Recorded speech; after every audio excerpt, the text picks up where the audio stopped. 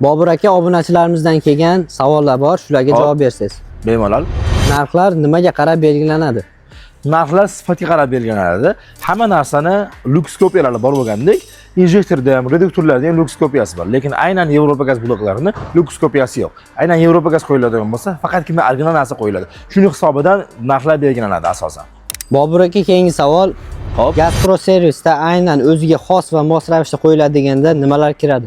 Yaxshi savol. Buni misol tariqasida Tracker hamda 12 mashinalarni tanlaymiz. Tracker hamda 12 mashinalari bilasizlar 3 silindr. Aynan bu mashinalarga basigo 24 ga 4 blok qo'ysa ham bo'ladi, lekin biz vaholanki Elmis blok upravleniyadan foydalanamiz. Bu ham turbina bo'lganligi uchun, yangi avlod motor bo'lganligi uchun, aynan bunga xos ravishda turbina bo'lganligi sababli Dakota 2 omni sifatini injektor qo'yishligi shart bo'lganligi uchun aynan Gazpro servisda shuni tanlanadi.